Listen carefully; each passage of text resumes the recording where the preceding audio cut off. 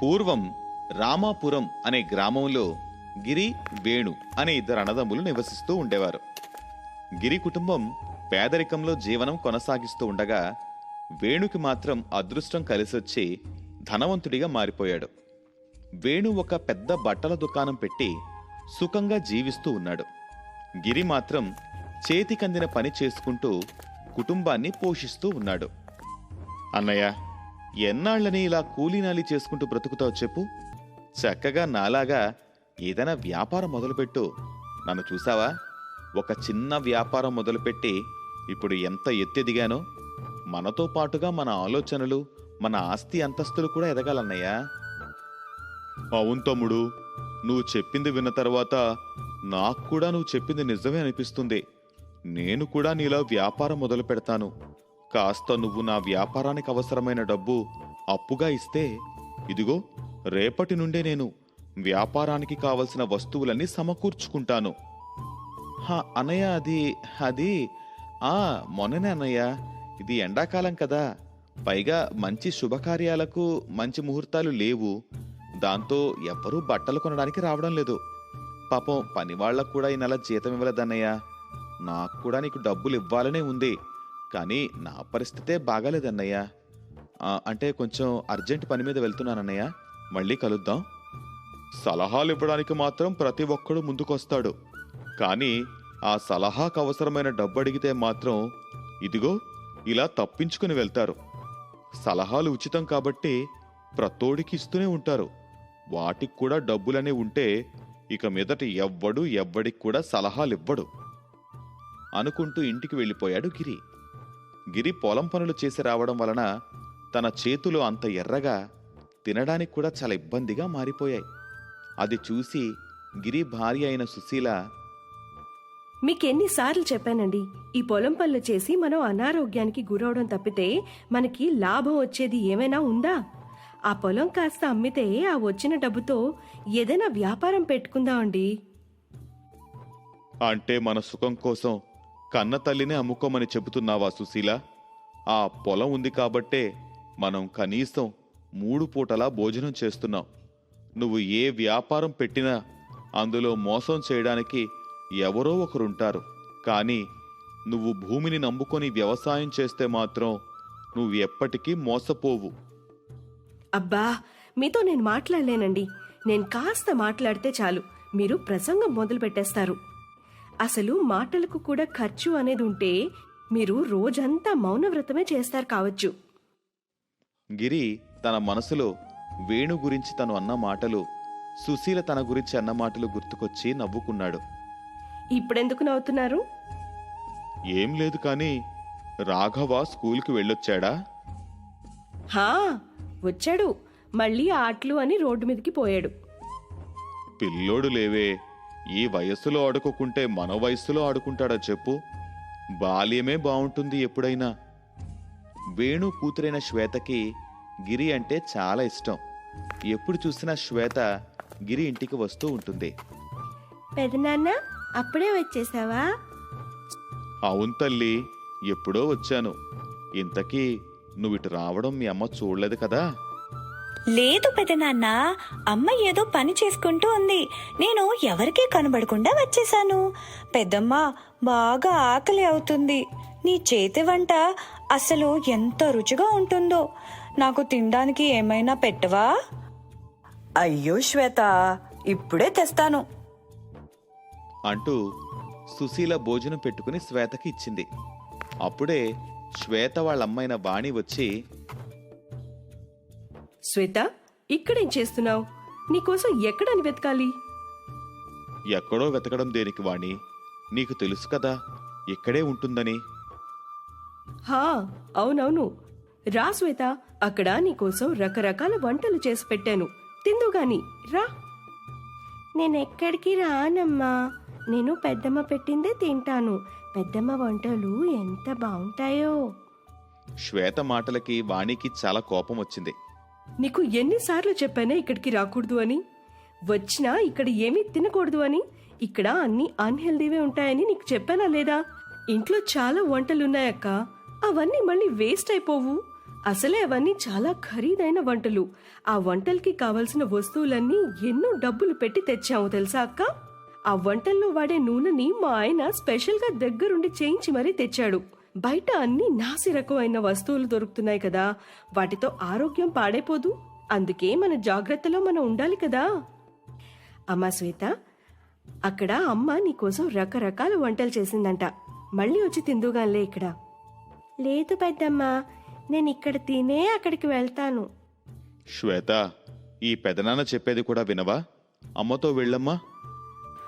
సరే పెదనాన్న, నువ్వు చెప్పావు కాబట్టి వెళ్తున్నా అంటూ శ్వేత వాణితో పాటుగా వెళ్ళిపోయింది. విన్నారా అండి ఆ వాణి మాటలు? అంటే మనం అన్ని నాసిరకం వస్తువులు వాడి వంటలు చేశాము అని అంటోంది. పాపం అమ్మాయి కడుపు నిండా తిందామని వస్తే ఎలా తీసుకుని వెళ్ళిపోయిందో. సరేలేవే, ఇంతకీ వీడు తిన్నాడా? లేదు నాన్న, మీరొచ్చాక తిందామని ఎదురు చూస్తున్నాను అని అంటూ అప్పుడే ఆడుకొని ఇంట్లోకొచ్చాడు రాఘవ.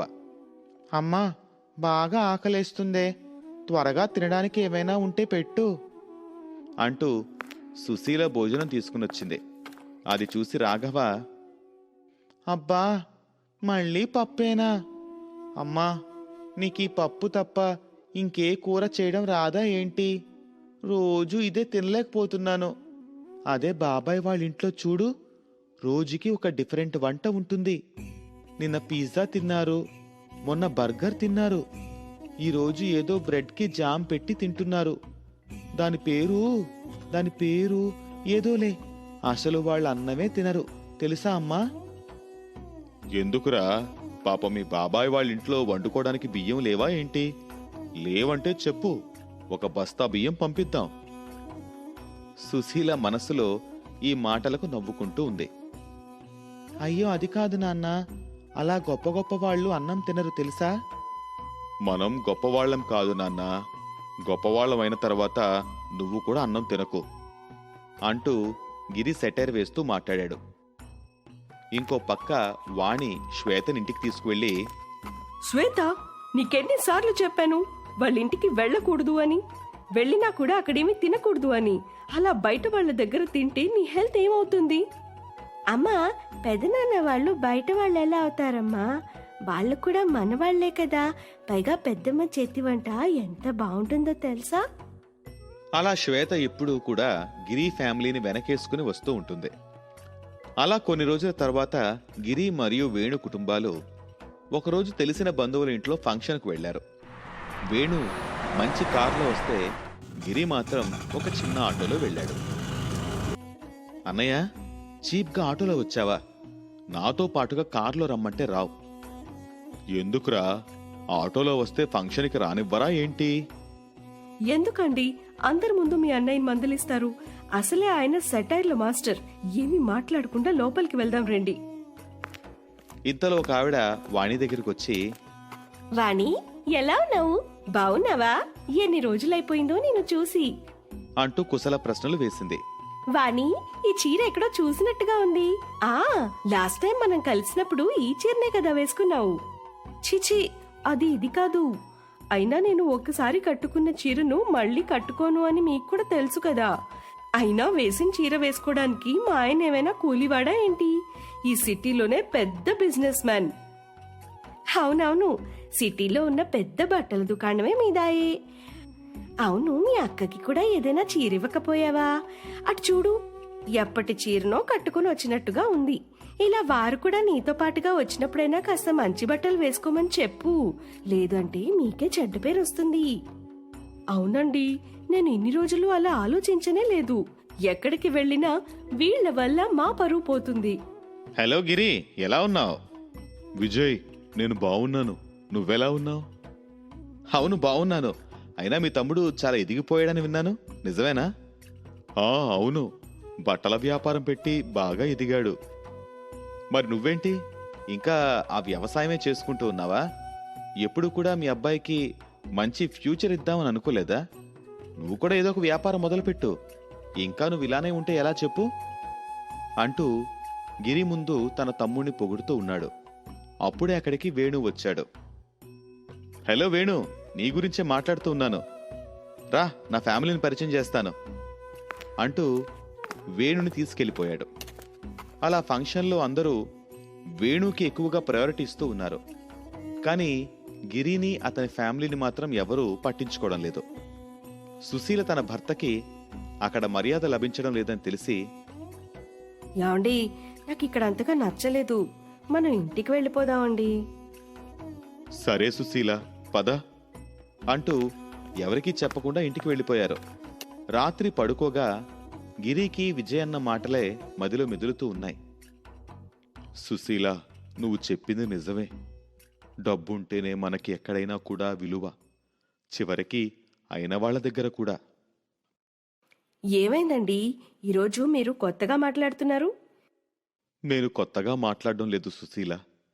ఈ లోకమే మంచితనం, దయాగుణం లాంటి వాటిని వదిలేసి డబ్బు అనే ఒక కొత్త వ్యాపకం చుట్టూ తిరుగుతూ ఉంది. బెల్లం ఉన్న చోటనే ఈగలున్నట్టుగా డబ్బులుంటేనే అందరూ మనతో ఉంటారు. అయినా నేను అంటే ఇలా కష్టపడి బ్రతుకుతున్నాను, కానీ నా కొడుకు రాఘవ ఎందుకు నాతో పాటు కష్టపడుతూ ఉండాలి? అందుకే నేనొక చిన్న హోటల్ని పెడదామనుకుంటున్నాను. ఇప్పటికిప్పుడు హోటల్ పెట్టాల్సిన అవసరం ఏముందండి? మనం ఇప్పుడు బాగానే ఉన్నాం కదా. మిమ్మల్ని ఎవరైనా ఏమైనా అన్నారా చెప్పండి? అదేం లేదు సుశీల. అయినా నువ్వు కూడా ఎప్పుడూ అంటూ ఉంటావు కదా, ఏదైనా వ్యాపారం చేద్దామని. అందుకే నేను కూడా ఆలోచించి ఈ నిర్ణయం తీసుకున్నాను. అలా ఇద్దరూ కలిసి చిన్న హోటల్ పెడదామని అనుకున్నారు. ఆ మరుసటి రోజు హోటల్ పెట్టడానికి అన్ని వస్తువులు తీసుకుంటూ ఉన్నారు. యాండి, ఇది విన్నారా? మీ అన్నయ్య ఏదో హోటల్ పెడుతున్నారంట. మీకు ఈ విషయం తెలిసిందా? విన్నాను అంటూ మాట్లాడుకుంటూ ఉండగా అప్పుడే అక్కడికి గిరి వచ్చాడు. వేణు గిరిని చూసి, అన్నయ్య, మీరా ఇలా వచ్చారేంటి? ఏం లేదు వేణు, నేను కొత్తగా ఒక చిన్న హోటల్ పెట్టాను. దాని ఓపెనింగ్కి నువ్వు ఖచ్చితంగా రావాలి, మర్చిపోవద్దు. హోటల్ పెడుతున్నారన్నయ్య? అయినా ఈ కాలంలో హోటల్ ఏం నడుస్తుందన్నయ్య? సర్లే, నీ ఇష్టం. కానీ ఓపెనింగ్కి మాత్రం రాలేనన్నయ్య. నాకు చాలా అర్జెంటు పనులున్నాయి. వ్యాపారం పని మీద నేను వేరే పట్టణానికి వెళ్ళి రావాలి. అవునా, సరేలే, కనీసం వాణినైనా పంపించు. వెనకాల నుండి వాణి తనకు వెళ్లడం ఇష్టం లేదన్నట్లుగా వేణుకి సైగ చేసి చెప్పింది. అయ్యో అన్నయ్య, తను కూడా నాతో పాటే పట్నం వస్తుంది. అక్కడ తనకు కూడా ఏదో పనుందని చెప్పింది. సర్లే వేణు, ఏదో ఒక రోజు మీరంతా కలిసి హోటల్కి రావాలి. నువ్వంతలా చెప్పాలా అన్నయ్య? ఖచ్చితంగా వస్తాను. గిరి వెళ్ళిపోగానే వాణి వేణుతో, మీకు పట్నం వెళ్లే పనుందని నాకు చెప్పనే లేదు. పట్నం వెళ్లే పనా పాడా? అదేం లేదు. మనమేంటి, మన స్టేచర్ ఏంటి? After all road side hotel ఓపెనింగ్కి మనం వెళ్తామా? అందుకే అబద్ధం చెప్పాను. అమ్మో, మీరు మామూలు వాళ్ళు కాదండి. మీరు చెబితే నేను కూడా నిజమే అని నమ్మేశా అంటూ ఇద్దరూ నవ్వుకుంటూ ఉన్నారు. ఆ మాటలు అన్నీ గిరి చాటుగా విని మనసులో బాధపడ్డాడు. కొన్ని రోజుల తరువాత గిరి హోటల్ మెల్లమెల్లగా అభివృద్ధి చెందుతూ ఉంది. కానీ వేణు బట్టల వ్యాపారం మాత్రం రాబడి లేక, వ్యాపారంలో లాభాలు లేక అప్పుల్లో కూరుకుపోయాడు. కానీ బయటపడకుండా ఇంకా అప్పులు చేసి గొప్పగా బ్రతుకుతున్నట్లుగా నటిస్తూ ఉన్నాడు. ఒకరోజు ఒక పెద్ద వ్యక్తి వేణు ఇంటికొచ్చి, ఇదిగో వేణు, నువ్వు తీసుకున్న అప్పుని తిరిగివ్వాలని తెలియదా ఏంటి? ఎన్నిసార్లు కబురు పెట్టినా కూడా నీ నుండి సమాధానం రాకపోతే నేనేమనుకోవాలి? ఏదో సంఘంలో గొప్ప పేరు ప్రతిష్టలున్నాయి కదా అని ఊరుకుంటే ఇలా ఎన్నాళ్ళని అప్పు కట్టకుండా తప్పించుకు తిరుగుతుంటావు. అది కాదండి, కొద్ది రోజుల్లో మీ అప్పు వడ్డీతో సహా కట్టేస్తాను. దయచేసి ఇలా అందరి ముందు మా పరువు తీయకండి. ఏమైనా ఉంటే ఇంట్లోకొచ్చి మాట్లాడండి అంటూ వేణు బ్రతిమలాడుతూ ఉన్నాడు. అప్పుడే ఇక్కడికి నలుగురు వచ్చి, వేణు, ఈ రోజు మా దగ్గర తీసుకున్న డబ్బు కట్టకపోతే మీ ఇంటిని జప్తు చేస్తాం అంటూ గొడవకు దిగారు. ఇక వేణు చేసేదేమీ లేక, సరే, నాకు ఒక్క వారం రోజులు సమయం ఇవ్వండి, మీ అందరి అప్పులు తీరుస్తాను అని చెప్పాడు. ఆ తర్వాత వేణు తన ఇంటిని, తన బట్టల వ్యాపారం అంతా అమ్మేసి ఆ డబ్బుతో అప్పు కట్టేసి రోడ్డు పాలయ్యాడు. ఈ విషయం తెలిసిన గిరి వేణు దగ్గరికి వెళ్ళి, వేణు, ఇంత జరుగుతున్నా కూడా నాకెందుకు చెప్పలేదు? పద మన ఇంటికి వెళ్దాం అంటూ వేణుని, తన భార్య పిల్లల్ని ఇంటికి తీసుకువెళ్ళాడు గిరి. ఆ మరుసటి రోజు వేణు కూతురైన శ్వేత ఆడుకుంటూ కింద పడిపోగా తనని హాస్పిటల్కి తీసుకువెళ్లారు. పాప కండిషన్ చాలా సీరియస్గా ఉంది, తలకి ఆపరేషన్ చేయాలి, అందుకు 10 లక్షలు కట్టాలి.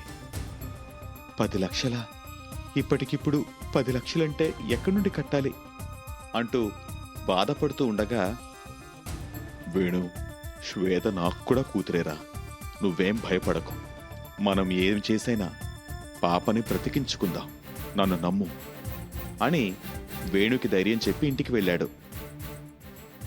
సుశీల, నీకు తెలుసు కదా, శ్వేత బ్రతకాలంటే 10 లక్షలు కావాలి. అంత డబ్బు పాపం వేణు దగ్గర కూడా లేవు. అందుకే నేను మనకున్న ఆ ఒక్క భూమిని అమ్మి ఆ డబ్బుతో శ్వేతకి ఆపరేషన్ చేయిద్దాం అనుకుంటున్నాను. నువ్వేమంటావు? నేనేమంటానండి, శ్వేత అంటే మీకెంత ఇష్టమో నాకు తెలీదా? అయినా మన ఇంటి పిల్ల కోసం మనం ఆ మాత్రం చేయలేవా? మీరు ఈ భూమిని అమ్మి డబ్బు కట్టేయండి. ఆ మాటలన్నీ విన్న వాణి వచ్చి వారి కాళ్లపై పడి, నన్ను క్షమించండి అక్క, ఇన్నాళ్ళు డబ్బు పొగరుతో మీ మంచితనాన్ని నేను చూడలేకపోయాను. ఇప్పుడు మీ వల్లే నా కూతురు బ్రతికింది. మీ మేలు ఈ జన్మలో మర్చిపోలేను అంటూ ఏడుస్తూ ఉంది వాణి. గిరి తన భూమిని అమ్మేసి శ్వేతకి ఆపరేషన్ చేయించి పాపను బ్రతికించాడు. అన్నయ్య, నా దగ్గర డబ్బున్నప్పుడు నిన్ను పట్టించుకోలేదు, కానీ ఈరోజు నా దగ్గర ఏమీ లేకున్నా కూడా నువ్వు నా కోసం, నా కూతురు కోసం నీ భూమిని అమ్మావు. ఇన్ని రోజులు నేను నీ పట్ల చాలా దారుణంగా ప్రవర్తించాను, నన్ను క్షమించన్నయ్యా అంటూ వేడుకున్నాడు వేణు. ఆ తర్వాత ఆ ఇద్దరన్నదమ్ములు కలిసి గిరి హోటల్ని బాగా అభివృద్ధి చేసి తను కోల్పోయిన భూమిని మళ్లీ కొనేసుకుని కలిసికట్టుగా ప్రేమాభిమానాలతో ఉంటున్నారు. కిన్నెరకోట అనే ఊరిలో సాంబయ్య అనే పెద్ద మనిషి ఉన్నాడు. అతనికి ఒక్కగానొక్క కూతురు గాయత్రి. నిజానికి గాయత్రివన్నీ వాళ్ళ నానమ్మ పోలికలే అని అందరూ అంటుంటారు. అంటే రూపమునో ఒంటి రంగునో కాదు, ఆమె తీరు పద్ధతి గురించి అలా అంటుంటారు. గాయత్రి నానమ్మ గొరవమ్మకి కూడా బ్రతికుండగా ఇప్పుడు గాయత్రికున్నట్టే విపరీతమైన మొహమాటం ఉండేదంట. ఆమె బ్రతికినన్ని రోజులు ఆ మొహమాటంతో ఆమె ఇబ్బంది పడడమే కాక అందరినీ ఇబ్బంది పెట్టేది అనేవారు. అదే గుణం ఇప్పుడు గాయత్రికి కూడా వచ్చేసరికి అటు సాంబయ్య దంపతులకి ఎక్కడా లేని బెంగ మొదలైంది. యావండి, పిల్ల చూస్తే అలా ఉంది, దానికి పెళ్లి చేయటం మనకి కత్తి మీద సాములాగానే అనిపిస్తుంది. నువ్వు అనవసరంగా ఎక్కువ ఆలోచించకే. ఆ పిల్లకి ఎవరు రాసి పెట్టుంటే వాళ్లే వస్తారు. కంగారు పడి మనం ఏం చేయగలం చెప్పు అని భార్యాభర్తలిద్దరూ తమ కూతురికి ఎలాంటి భర్త వస్తాడో, ఎలాంటి అత్తారిల్లు దొరుకుతుందో, ఆ అత్తగారు ఎలా ఉండబోతుందో అని బుర్ర బద్దలు కొట్టుకునేవారు. కాని శంకర్, విమల దంపతుల ఒక్కగానొక్క కొడుకునే ఆ మొహమాటం పిల్ల గాయత్రికి ఆ దేవుడు డిసైడ్ చేశాడన్న విషయం అతి త్వరలోనే తెలిసింది వాళ్ళకి. అందుకే ఆ ఇద్దరికీ సంబంధం మాట్లాడడం, లాంఛనాల సంగతి కుదరటం, పెళ్లి జరిగిపోవడం అలా అలా ఆఘమేఘాల మీద జరిగిపోయాయి. కొత్త కోడలిగా గాయత్రి విమల ఇంట్లో అడుగుపెట్టింది. నిజానికి విమల చాలా కలుపుగోలు మనిషి. పైగా ఎదుటివాళ్లకి పెట్టడంలో ఆమె చెయ్యి చాలా పెద్దది. అందుకే తన చేతి వంటలని తన కోడళ్ళు గాయత్రికి వండి వార్చి రుచి చూపిస్తూ, చూడమ్మాయి కోడలా, నువ్వు ఏమీ మొహమాట పడకు, నీకు ఎంత కావాలో అడిగి వేయించుకొని తిను. సరే అత్తయ్య అంటూ తలాడించింది. కాని అత్తగారు ప్రేమగా వడ్డిస్తూ పోతుంటే ఆ మొహమాటపు కోడలు తింటూనే ఉంది. అప్పటికి తన కడుపు నిండిపోయినా సరే ఎక్కడ తినడం ఆపేస్తే తన అత్తగారు బాధపడుతుందో అని మొహమాటానికి తింటూనే ఉంది. అది చూసిన అత్తగారు మురిసిపోతూ, ఆహా, ఎంత మంచి కోడలివి దొరికావే కోడలా నాకు. నీలాగా వడ్డించినంత తినేవాళ్ళుంటే నాకెంత ఇష్టమో తెలుసా. మనిషి అన్నాక కడుపు నిండా తినాలి, చక్కగా పని పాట చేసుకోవాలి.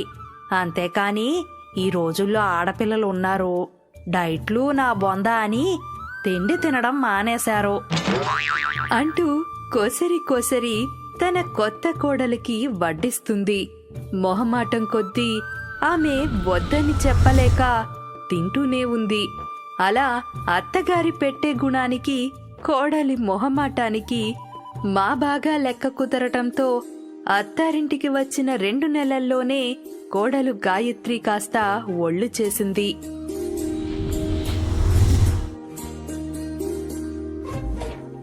ఒకరోజు అత్తగారు విమల తన కోడలు గాయత్రితో, అమ్మా కోడలా, అవేవో పిజ్జాలు బర్గర్లు అంటారు, అవి ఎలా బుక్ చేయాలో నీకు తెలుసా అమ్మా? "ఆ, అత్తయ్య, ఫుడ్ యాప్లో ఆర్డర్ పెట్టుకుంటే వాళ్ళు ఇంటికి తెచ్చిస్తారు." అలా అయితే మనిద్దరికి తలో 4 ఆర్డర్ పెట్టమ్మా. ఇందాక పక్కింట్లో వాళ్ళు మాట్లాడుకుంటుంటే విన్నాను, అవి ఎలా ఉంటాయో తిని చూద్దాం అని చెప్పడంతో కోడలు గాయత్రి అత్తగారు చెప్పినట్టే ఆ జంక్ ఫుడ్ ని ఎక్స్ట్రా చీజ్తో ఆర్డర్ పెట్టింది. అందులోవి అత్తగారు చిన్న చిన్న ముక్కలు రుచి చూసి అవి ఆమెకు అంతగా నచ్చక తన కోడలితో, అమ్మా కోడలా, ఇవి నా నోటికంత రుచిగా లేవు. అసలే బోలెడు డబ్బులు పోసి కొన్నాం కదా, పారేసుకోలేము. మొహమాటమేమీ లేకుండా నువ్వు కానిచ్చెయ్యమ్మా అని అత్తగారు అనేసరికి ఆమె మాటలు కాదనలేక మొహమాటానికి బలవంతంగానే ఆ జంక్ ఫుడ్ మొత్తం తినేసింది. అలా అత్త విమలకి పొద్దుపోక రోజుకో రకం జంక్ ఫుడ్ ఆర్డర్ పెట్టించుకోవడం, దాన్ని కాస్తంత రుచి చూసి మిగతాది కోడలిని తినేయమనడంతో ఆ మొహమాటం కోడలు వాటిని తింటూ మరో 2 నెలలు గడిచేసరికి మరీ లావైపోయింది. నెల రోజుల పాటు క్యాంప్కి వెళ్లి వచ్చిన గాయత్రి భర్త శ్యామ్ లావుగా మారిపోయిన తన భార్యని చూసి ఆశ్చర్యపోయాడు. ఆ రాత్రికి భోజనం చేసి ఇద్దరూ పడుకున్నాక నిద్రలో గాయత్రి కాలు శ్యామ్ మీద పడింది. అతనికి ఊపిరాడనంతగా ఉంది ఆమె కాలి బరువు. అయ్యో బాబోయ్, ఇదేంటి దీని కాలు ఇంత వెయిట్ ఉంది? కాలేస్తేనే నాకు ఊపిరి ఆడటం లేదు అంటూ తన మీద నుండి తన భార్య కాలు తీసుకోవడానికి గింజుకుంటుంటే లావాటి భార్య వెయిట్ ని మోస్తున్న ఆ మంచం మధ్యలోకి విరిగి దబాల్న కింద పడింది. దానితో శ్యామ్ నడుము విరిగిపోయింది. అయ్యా బాబోయ్, చచ్చాన్ రోయ్. ఒసేయ్, ఏం తింటున్నావే? 4 నెలల్లోనే ఇంత లావైపోయావు. నన్నేం చేయమంటారండి? నాకసలే మొహమాటం ఎక్కువని చెప్పానుగా. ఎవరైనా ఏదైనా పెడితే వద్దనలేను. అలాగే అత్తయ్య రోజు జంక్ ఫుడ్ అని, ఆమె చేతి నేతి వంటలని అన్నీ నాతో తినిపిస్తుంటే వద్దనలేక తింటున్నాను. అందుకే ఇలా అయిపోయాను. ఓసి నీ మొహమాటం సంతకెళ్ళా. తిండంటే బ్రతకడానికి తినాలే. ఇలా మొహమాటానికి పోయి బలవంతంగా తింటే ఇదిగో ఇలాగే మంచాలు విరిగిపోతాయి, వాటి కింద నా నడుములు విరిగిపోతాయి. రేపటి నుంచి నీ మొహమాటాన్ని పక్కన పెట్టి కాస్త ఒళ్ళు తగ్గించుకోవే బాబు. ఇలాగే కొన్ని రోజులు ఊరుకుంటే ఇంటి గుమ్మంలో కూడా నువ్వు పట్టవు. రేపటి నుంచి పద, ఇద్దరం కలిసి వాకింగ్ చేద్దాం అంటూ భార్య మీద ఫ్రస్ట్రేట్ అయ్యి ఆ తెల్లవారి నుండి తన లావు పెళ్ళాన్ని మళ్ళీ స్లిమ్గా మార్చుకోవడమే లక్ష్యంగా పెట్టుకుని ఎన్నెన్నో తిప్పలు పడసాగాడు ఆ బక్కపల్చటి భర్త.